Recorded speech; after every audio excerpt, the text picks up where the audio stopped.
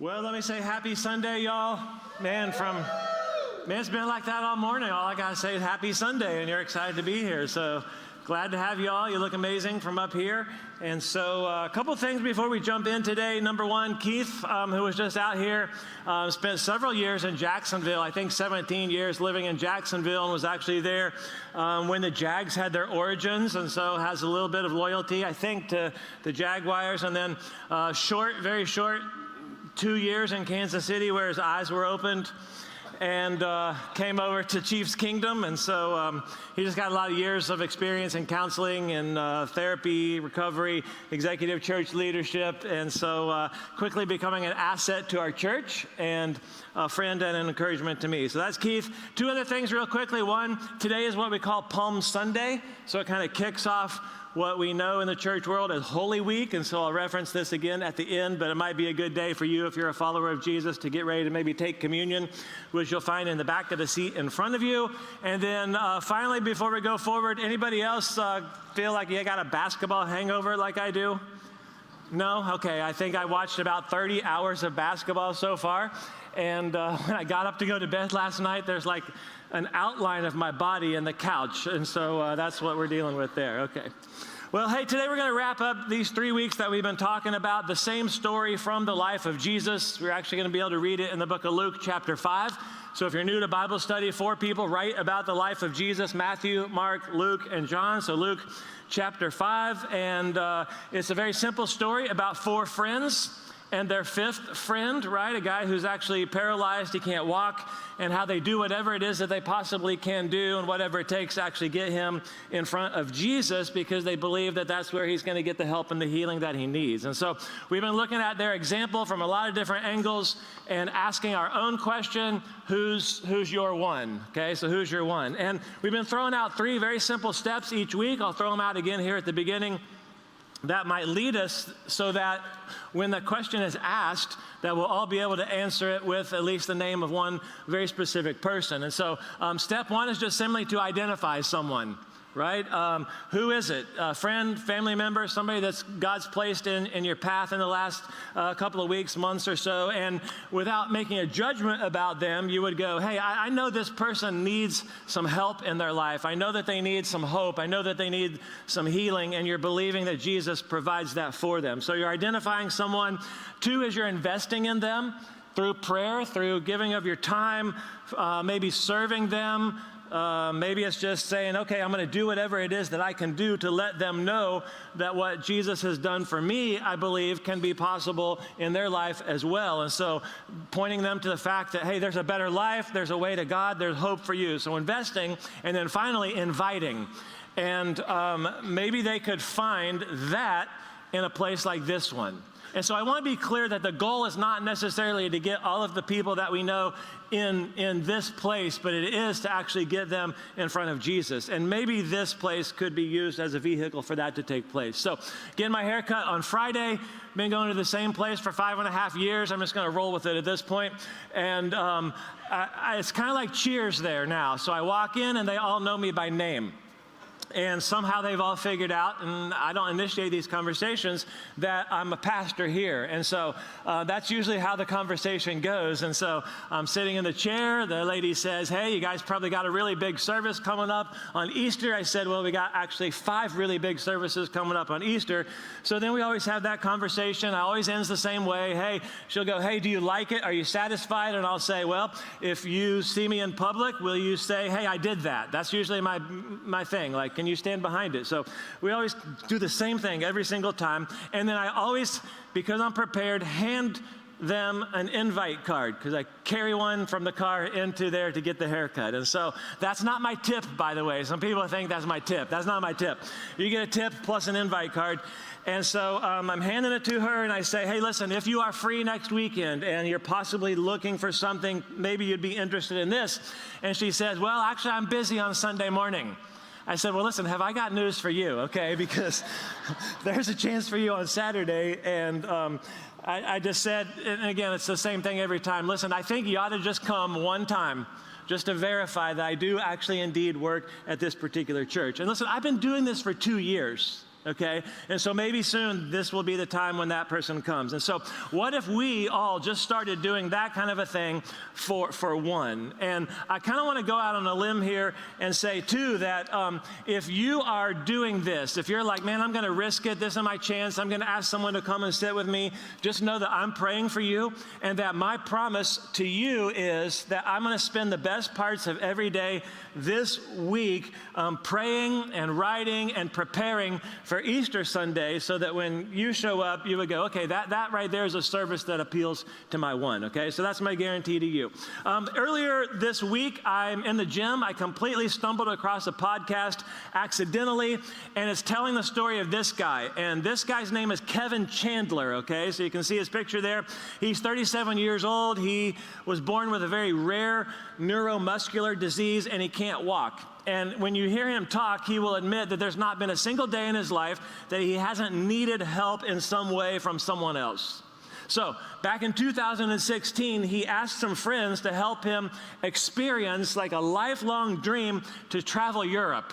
And so they started a fundraising campaign that they called We Carry Kevin, which is the title of his website. He just spells his name Kevan, wecarrykevin.org, okay? And so they creatively took like a child, a kid carrying backpack, and they adapted it for Kevin, who weighs 80 pounds, by the way. And so he left his wheelchair at home, and these friends took turns carrying him in this backpack around Europe for 3 weeks. So they went to all the spots, and the funniest part is when he talks about, we went to a dance party in Paris. I don't know why that makes me laugh. In 2018, they did the same thing, and they explored China. So they took 3 weeks, and they backpacked all around these various places in China. So Kevin is now shipping backpacks like this to people all around the world who have similar needs and a sense of adventure as he does. So he runs a nonprofit. He's written books. He appears on tons of podcasts. There's even a documentary about this. In the process, he actually met a woman, and they got married. And so what he says is fascinating to me, that because of some very, very good friends, I'm experiencing the life I always hoped I could. That's essentially the story that we've been looking at. It's the story I want to read for us again today, and then we're going to go in a very, very specific direction. Luke chapter 5. One of those days while he was teaching, okay, we're talking about Jesus, Pharisees, teachers of the law, were sitting there who had come from every village of Galilee, Judea, and Jerusalem, and the Lord's power to heal was in him. Just then, some men carrying on a stretcher a man who was paralyzed, they tried to bring him in and set him down before him. Since they could not find a way to bring him in because of the crowd. Let's just hit it for a second, because last week we looked at the crowd and how sometimes we intentionally or unintentionally can keep people from getting to Jesus. So how do we actually clear the way so that it's not difficult? So they couldn't get there because of the crowd. They went up on the roof and lowered him on the stretcher through the roof tiles into the middle of the crowd before Jesus. 20, Jesus, seeing their faith. And I just want to stop for a second and ask, okay, whose idea was all of this to begin with, all right? I think typically I read the whole story, and I see this as Jesus kind of looking up and talking to the friends. And I think that's true. But it was listening to Kevin this week go, hey, is it not possible that their faith includes all 5 of them? Okay, the friends and the man, because maybe this guy actually said to those friends, hey, will you carry me? I don't know. He's seeing their faith. Jesus at least speaks to the friend, hey, friend, your sins are forgiven. Then the scribes and the Pharisees begin to think to themselves, who does this guy think he is? He's speaking blasphemy. Who forgives sins but God alone? But perceiving their thoughts, Jesus replied to them, why are you thinking this in your hearts? So, test question, which is easier, to say your sins are forgiven, or is it easier to say, get up and walk? And this, to me right here, is the hinge point of the entire story, and we'll come back to it in a minute.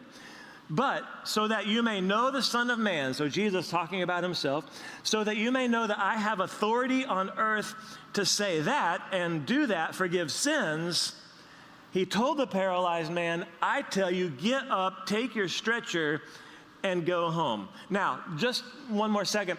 I believe that there are some of us here right now, and we've been here in the first and the second service this morning, who need that right there. And it might be that very, figuratively, that you got carried in here today. And if not today, maybe sometime in the recent past. And specifically, what you need when it comes to this story is to experience what this man experienced, to receive the forgiveness of sins through Jesus, right? To, in faith, choose to trust him, to submit to his leadership in your life, and maybe even then to take a step and follow that with a public commitment like baptism. At the end of our first service today, I saw them walk in the back and they had the baptism shirt on, and I'm like, okay, we're doing this today. And I tried to encourage her to do it next week on Easter. And she said, no, it's got to be right now. I was like, well, I will not stand in your way. We won't make it difficult. So baptized her in the first service, but if you're ready to take that step, I would encourage you, next Sunday is an amazing day to do that, Easter Resurrection Sunday. Now, I hope that you realize, though, that Jesus' greatest desire for you is to live free and to live forgiven and to live your life in response to his love and his grace. 25, immediately he got up before them, picked up what he had been lying on, and went home glorifying God. Then everyone was astounded. They're giving glory to God. They were filled with awe and said, we've seen incredible things today. Today, I want to focus on this man, all right? I want to give him our focus and say this way, let's start here. What do we really know about this guy, okay? Well, really only two things. One, he's paralyzed. He's lost the use of his legs. Several weeks ago on the front end of the series, I just Googled one day, hey, ways to get paralyzed, and I got 15 million responses in 1 second. It could do with your nervous system or your spinal cord or a tumor or a stroke or an injury. So I think about these guys and I go, what is it that they have in common, right? How are they connected? Well, maybe they all served in the Jewish military, right? And they went through something together and they're bonded forever. I don't know. Maybe they owe him in a really big kind of a way. Maybe he was born that way and they all grew up together in the same neighborhood. Maybe he's crossing the street one day and he didn't look and he got hit by a chariot. We don't know. Maybe he got older, lost his balance and fell down the stairs. What we do know about first century people in his situation is that he has to rely on someone to feed him, to carry him, to clothe him, to bathe him, to move him wherever he needs to go. And if you can't walk, then you can't work. If you can't work, you can't eat. If you can't eat, you will eventually die. And so apparently nothing can be done for this guy. He likely goes through his life as a beggar. It's a very humbling and vulnerable way to live. Number two, he has amazing friends, right? He has really great friends. So again, I don't know how the conversation goes down on that particular morning before they go to see Jesus. Does Carl, and you're like, who's Carl? Well, that's just what we called him in week number 1, okay? First service, I'm looking over here, and I see a guy named Carl, and I said we're going to call him Carl. That's how he got his name. Does Carl initiate all this? Does the one crazy friend that you all have in your group go, hey, listen, I got an idea, right? They throw it out there. Do all the friends say, Carl, we need one more for basketball. This is getting old. I don't know. Does someone say, hey, I heard that there's a teacher down the street. You know that place over there? He's across the street. People say he can heal. I don't know. Maybe it's his idea. Maybe he fights them every step of the way. I don't know. But what I want us to consider is, what if we were the kinds of friends who would stop at nothing so that that one could get in front of Jesus and then let Jesus do the work in their life and maybe believe he can do so much more than they imagine? Because the friends care enough to meet the physical needs, don't miss this part. The one met Jesus who healed him spiritually too. So get your one in mind if you can. And if you don't have a one, like, what have you been doing the last 3 weeks, all right? I'm just kidding. Ooh, I touched on a nerve. Sorry about that. Get your one in mind. Here we go. What might this guy or your friend be thinking or needing? And I want to try to place ourselves in the paralyzed man's situation. Given what we know about him, what's happening possibly in the first century, I want to use his life as a way to learn about the one in your life. So I'm going to toss out 5 observations. 1 or 2 of them, I'll tell you I'm not entirely sure about. All right, number 1, your one may have lost hope that things will ever get better. All right, your one may have lost hope that things will ever get better. Again, someone's got to feed him, they got to clothe him, they got to carry him. Someone has to move him while he lies in bed so he doesn't get covered with bed sores. Someone's got to clean him. He's never going to know the sense of independence that we value and prize so much. So apparently nothing can be done for him medically. No surgery, no rehabilitation, no treatment center. He is going to go through his life as a beggar, likely being laid on the side of the road to actually ask for and collect whatever anyone will drop into his coffee cup. He likely has no money, no job, no influence, and not much of a future. He has likely tried everything that you would try, right? All the doctors, all the home remedies, all of grandma's secret potion, all the essential oils, nothing worked for him. Everything is literally stacked against him, even to develop friendships.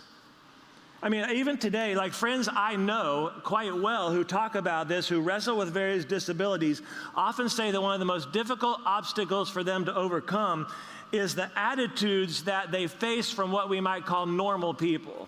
Right? People who don't know how to respond to them, right? People who are actually unkind, and people who avoid looking you directly in the eye. In the first century world, it would be even more difficult for someone, I think, because it was not uncommon for a newborn who had some physical challenge to be wholly discarded entirely. And every time we talk about healing, okay, we talk about the spiritual stigma that comes with that.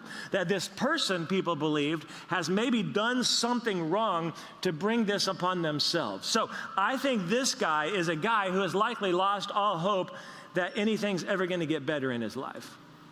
So when you think about like your one, okay, that God is placing in your life, sometimes we get the easy one, if you know what I mean. I mean, they're already looking, they're already searching, they're already like asking questions, and then you just roll along in there and you say, hey, why don't you come and sit with me sometime? And they go, okay, and then they show up. It's just that easy, right? They love it. It's like, man, it should be this easy all the time. You have spiritual conversations with them, right? And they're like with you every single step of the way. It's like they're a Christian and they just don't know it yet. Everybody, met anybody like that?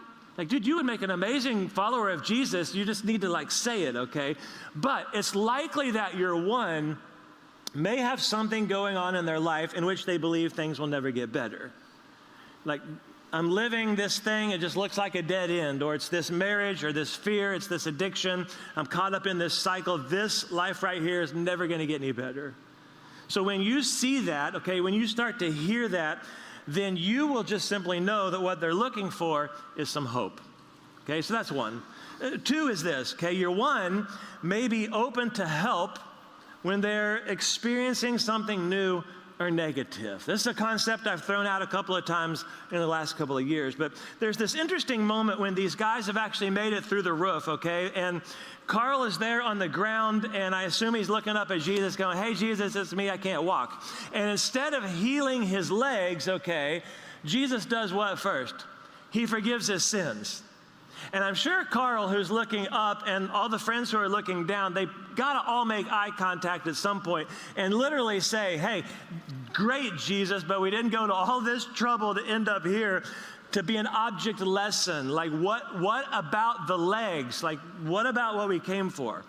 Now, Jesus has his reasons for why he did it this way, right? And again, we've hit on this every week. If, okay, Jesus says, your sins are forgiven, not everybody knows if that's happened. You can tell me in the lobby today after service, hey, I've done this and I need to confess it. What do you think? And I say, okay, maybe take this step or think about this. And guess what? God forgives you. A lot of us would walk away and go, I don't know. Can you just say that and God forgives me? But Jesus here says, look, if I fix the legs, I'm going to remove one of the signs of his brokenness. Okay, the legs are going to be fine, and maybe you'll also then believe that I could do the other thing. So in hopes that you'll believe something you can't see, like forgive sins, I'm going to do something that you can see, like heal his legs. In other words, if Jesus can mend the negative thing that's presenting in this man's life, surely you would lead yourself to believe, okay, I think he can also mend and heal the heart issue. There's always a presenting need in a person's life. Right? In Carl's case, it's the negative of his legs. He can't walk. But your one might have something else going on, right? It might be their marriage. It might be their kids. It might be anxiety. It might be a struggle with purpose or loneliness. And so you go back to a time in your life when something made you take a step towards Jesus or faith or church, right? What was happening in your life? What is it that you were actually looking for? And it's likely going to be something very similar to what your one is actually looking for and experiencing, right? What is it, the circumstances that actually led you to consider Jesus or even church? It's likely something new that was happening in your life or something negative. And as you think about it and maybe land on it, it will help you better recognize what is happening possibly in the life of your friend and your family member. Because everyone has a thing, right? Everyone has a thing that stirs their reception to Jesus. So look for it and listen for it, the language of new and negative. How many of you have heard in the last, year or two, someone say, hey, I'm new to the area? I see people in my neighborhood all the time backing up the U-Haul and unloading it. New house, new job, just got married, we have a new baby, or it's negative. Just lost a job, right? I'm going through a separation, recently divorced, lost a loved one, surgery, depression, or you say, how's it going? And someone says, you know what? It's just not going very well. New and negative are often indicators that a friend or a family member might be open to Jesus. So let me just add this here, is that our deepest desire, for our one is to meet Jesus and find forgiveness and a relationship with him. But maybe, just maybe here, it's okay to bring them to Jesus for what they want, trusting that he can give them what they need. So listen to the signals of new and negative. All right, here's number 3. Your one may not trust Jesus, but they trust you. See, this happens with a lot of different things in life. Someone will ask me, or I'll ask someone, hey, we're looking for a new restaurant. What do you think? Or what's a good movie you've seen recently? Or what's a good vacation spot or a product? I have a couple of people around here, and that's just our thing. We'll text each other, hey, what are you watching these days that maybe I should watch? And then we'll kind of filter through all those different kinds of things. Listen, I don't know that I would have tried that particular thing on my own, but I trust you and your recommendation. You've ever had that happen before? See, this guy trusts his friends enough, and again, unless he's been taken against his will, and we have no indication of that, he trusts them enough, he is actually desperate enough to go through all of this. He's going to let them, somewhere in someone's garage that morning, lay him on a mat and start to carry him across town. Like, he's trusting them to do that, right? He's going to let them set him down out there somewhere and draw up a plan in the dirt while he's not able to see what they're doing, right? They're going to start to carry him up the stairs on the side of the house. And like, how unsettling would it be? Because you know this is happening. Someone's going, oh, I almost dropped him. Like, how unsettling. Like, he's letting them carry him up the stairs. He trusts them to lower him through the roof, right? And potentially drop him and embarrass him, or worse, like, we haven't even considered this, when he's finally sitting there or laying there on the ground and Jesus is looking down on him, to have Jesus possibly, run the risk of turning him away and saying, hey, do you mind? I'm trying to teach here. See, it must be a very, very vulnerable kind of a thing to have someone carry you on a mat. Like, they see all of your weaknesses, right? They might hurt you if they drop you, but the mat stands as a picture, really, of human brokenness and imperfection. Because it might not be legs, It might not be that the legs don't work. It might be that you have a friend and the temper is out of control. They might have a fear that they literally cannot face, or an inability to trust, or the need to be in control, or likely a really terrible secret about something that they've done that they still feel guilty about. They got a crushing failure, right? Inadequacy, a loneliness. And most people don't know who to trust with these things. If you can be that friend, you have the great opportunity for influence. Because you may have a friend who said, okay, I'll sit with you if you stop asking me. And they were terrified of what they're getting into. I know this just sounds like a thing we make up and it's just kind of like a running joke, but People say this all the time. Hey, if I come in there, the building is going to catch on fire. Literally, I've heard that one recently. Hey, if I come in there, the roof's going to fall in. If I come in there, I'll contaminate all of the other people. And then I go, have you met some of these people? Fine, it's come in here, okay. But they trusted you. And so if you meet them and you walk with them and you sit with them and say, hey, you're not going to be alone. Listen, you maybe have had a friend in your life in the past who said, you know what, we're in a really tough spot. We need some counsel, or we need to seek out a mediator. And they had hope that things could turn around. They did that because they trusted you. Jesus, okay, as an answer to what we're looking for, or as a solution to a problem or an answer to a question, may not be anywhere on your one's radar, okay? But they may just trust you enough to step towards it. Fourth observation. This one I'm not entirely sure about, but I'm going to roll with it, okay? Your one may need to borrow some of your faith. Okay, your one may need to borrow some of your faith. You read this back in the middle of the story, verse 20, where again it says, Jesus seeing their faith. I do believe the way it's worded and what's happening, he's looking at the friends, okay?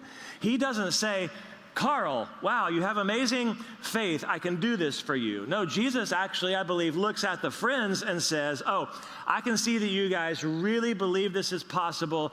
I'm going to honor that faith. Because it's even possible that Carl has absolutely zero faith, right, in this whole production. I mean, he may have zero faith in what he's heard about Jesus. He may have what I might call negative faith and be a complete doubter. We don't know. But the friends, okay, have tremendous faith. According to Jesus, they have so much faith that Carl can get what he needs, that Jesus, okay, took their belief and he put it into Carl's account. They have so much faith that this can happen, then I'm going to credit that to you. There's been a number of times over the years, just in my position or my seat, where I'm sitting over a cup of coffee with someone, or someone's sitting on my couch in the office, and they're saying things like, you know what, it's time for me to make a change. I need to do some things different. I want this relationship to actually get better, or, this is a situation here where we've just lost some hope, but we want to believe and we're not there. I don't know if I have enough faith for that. That actually doesn't really bother me that much, as you might think it would. And maybe I'm not right, but on a number of occasions, I can look at someone and say, hey, listen, I know that you don't have enough faith for this right now, but I do. I do.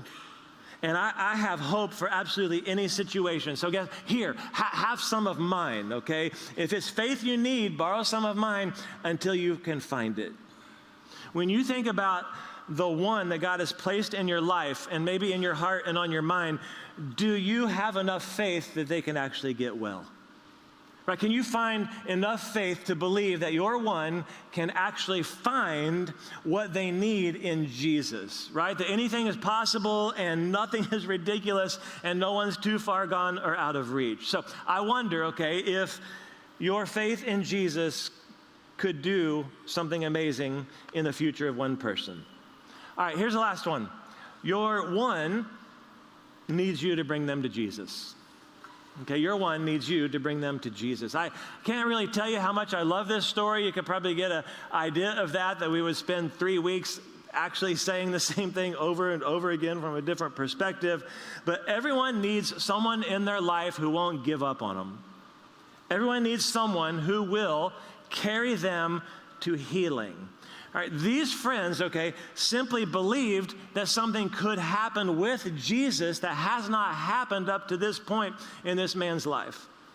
And listen, I'm not trying to put any undue pressure on you or myself here, but I think it's possible that there is one somewhere who will not get the healing that they need, will not be able to get in front of Jesus unless you help them. See, I believe we, as the followers of Jesus, are those people for one.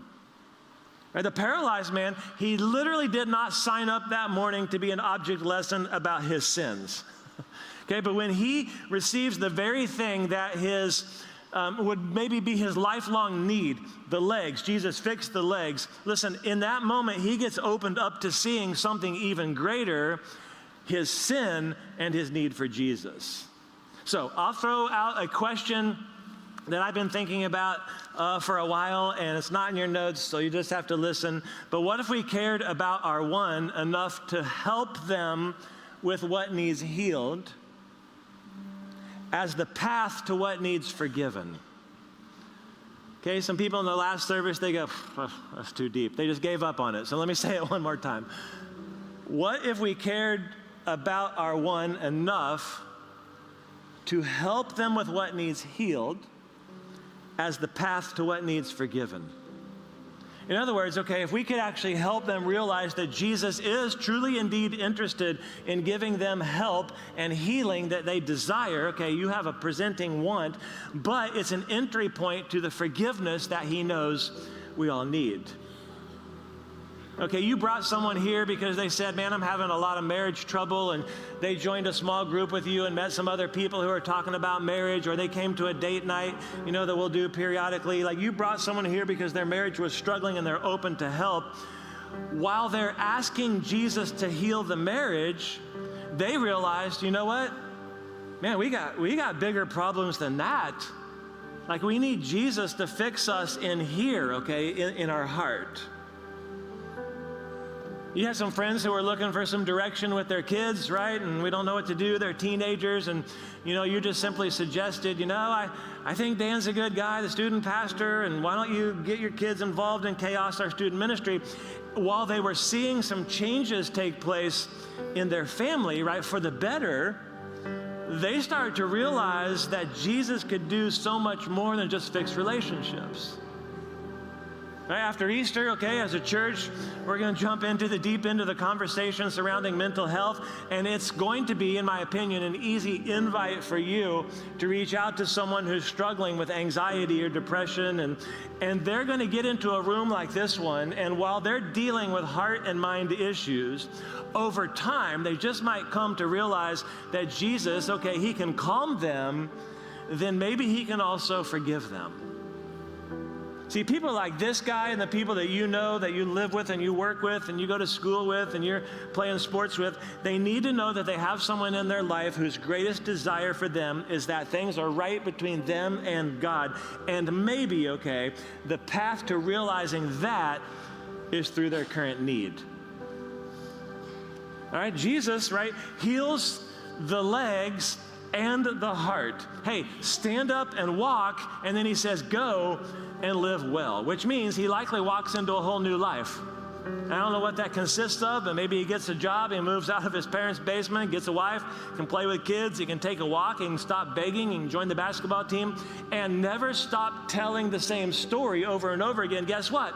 There was a time that I couldn't walk. I tried absolutely everything. I had some amazing friends, the best friends, who took me to Jesus, who healed my legs and my heart. So that's the story. I don't know how much more we could squeeze out of it, but guess what? Easter, that story's been written. That's what we're going to do next Sunday. But I'm just looking forward to, and I've been praying about this, anticipating we're going to have a whole bunch of stories like that one in the future, where Jesus maybe fixed a presenting need, but he definitely healed a heart. And I'm excited about the part that you get to play in that and see your own faith grow through the process. So, again, today it kicks off Palm Sunday for what is called Holy Week on the church calendar. Jesus rides this donkey into Jerusalem, and people hail him as the next king, and he becomes the Lord and Savior.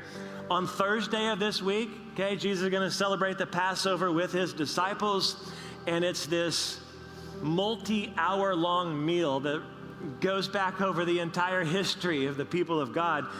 And Jesus takes that meal and he changes the meaning entirely. And he says, from this day forward, all of that's about me.